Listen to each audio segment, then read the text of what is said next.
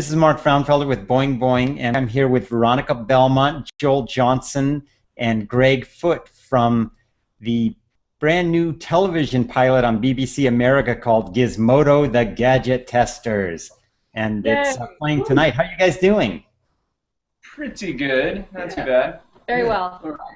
I saw the street luge video, and it looks like you guys survived in one piece. I don't see anybody in a cast or anything. Yeah, close though, hey? I fell off, which was not great. But actually, like when I skidded off, because you're on these like custom handmade metal street luges, because there's no mass-produced street luge. When I went off, like I bounced a bunch of times, and like it didn't hurt at all. It was like all entirely the sled soaking it up. But I'm still the thing that I thought was funny about it is when we were pitching ideas. One of the ideas that I had was that I wanted to strap somebody to the front of a moving freight train and have them test noise-canceling headphones. And the people were like, "Oh, we can't do that." The production company's like, we'd never get that insured." And then we go out to shoot, and they're like, "Okay, put your old ass on a street luge and go down a hill, even though you've never done this before." So, and we genuinely didn't know where he was when we got to the bottom, and there was one crew at the bottom filming us, and we turned around, and we just generally had no idea where he was. Like, yeah, I thought I saw the video, and there's like a little red circle that shows Joel like going off the road into the weeds. Yeah, there was not cameramen ready for me to wipe out, right there. It wasn't part of the band. So the entire purpose of this test was to check out the jitter control of a GoPro camera, or what? Yeah, so like that test was action cameras. So we kind of had a bunch of different things we were testing. We were testing image quality, how well they mounted. We didn't really do stability control because we didn't do any like post-processing stuff. But it was just mostly how good they looked and how good they worked while street luging. And then there's later tests that test other stuff going on later. Yeah, we test out durability and audio quality in the next kind of test. But the street luge was all just about how easy we could mount it and how good it would look. In retrospect, how good it would look when he went flying off into the mud. I'm really not sorry that I missed that test. I was not yet in LA for the shoot at that time, and that was one that I think I would have been a little hesitant to try, perhaps. I think you should have tried it. You think I should? Oh, okay. It was definitely an experience to have like these guys go, "Okay, we're gonna take it real slow, and we're gonna let you run down a couple of times." And we did like these two little half-speed things, and the whole time I'm like, "This street luge is not like it's not working." So they have this thing called the death wobble, which is like when it starts getting weird, and it feels like you can feel it, where it's like it goes from feeling like you're in control of it to it just going into some frequency that is out of control. So that was happening to me every single time. Every time that we ran the slower times, I'm like, I don't think this thing is built for me. It's like, you know, like a little 5'6" kid is getting on it, and he's like, "This is my street luge. It's great. You can borrow it." And so I get on it, and I'm like, "Well, I have to do this because there's cameras on me. We gotta do this test." And then I wiped out. And so then they sat around for about 20 minutes trying to figure out if I just ruined the whole day of shooting or if they could actually use it. Wait, why did they think that was ruining it? Because they weren't expecting it. They were like, "Oh, crap, we haven't planned for anybody actually not being able to street luge." And it was like, that was a really easy plan. We thought the problem with the wobble was going to be affecting the image and actually, possibly knock it off the mount. We didn't think that the wobble would be the cause of near death. Yeah. Yes. Wobble, I used to call them the high-speed wobs. And when I was skateboarding, like when I was a teenager, I got on a longboard and went down a hill and ended up like in the hospital with a broken nose and knocked out a molar in the back of my, So anyway. No, wait. You knocked out a molar? How do you Yes, do I that? knocked out a molar. I hit my cheek so hard that it was nasty. I have that kind of amnesia, so I don't even remember the half hour before I crashed, but my friends said they saw the board, going like that, and it's probably a good thing I had amnesia. I woke up in the ambulance. But anyway, high-speed wobs, bad thing, Joel. That could have been you. It Could have been you. Well, I mean, molarless. I have no molars. You have no That's molars something now. a lot of people don't know about.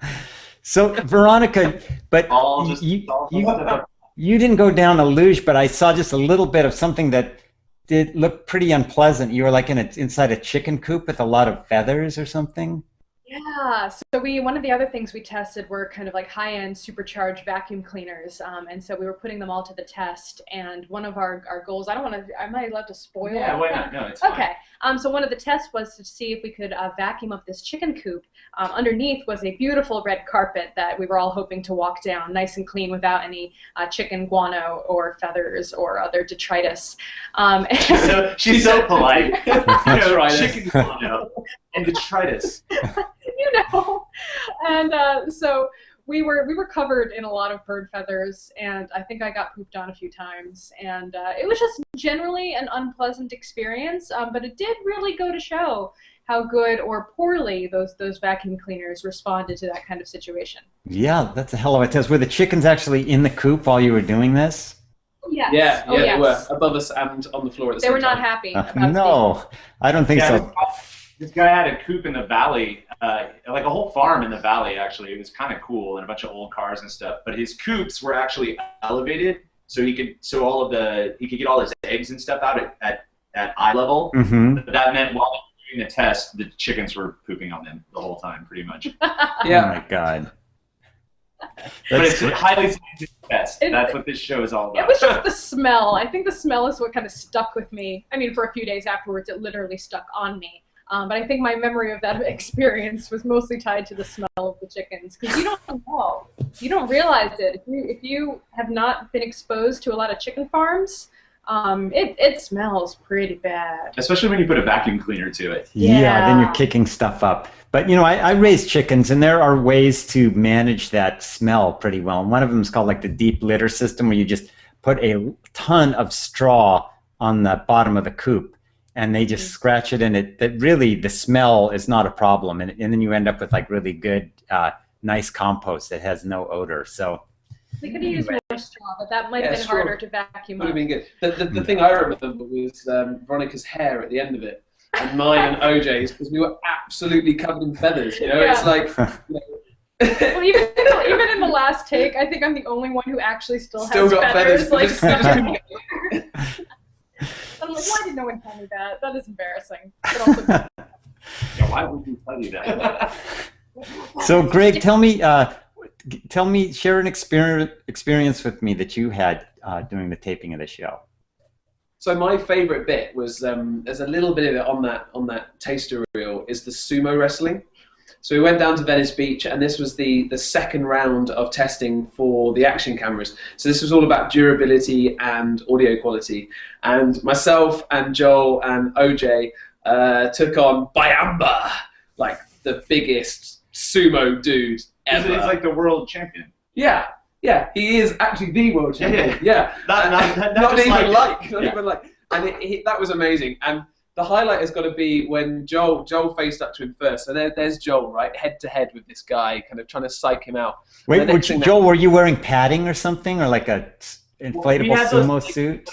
Mawashis. Yeah, mawashis, like the things that look like diapers or whatever. Mm-hmm. But that's it.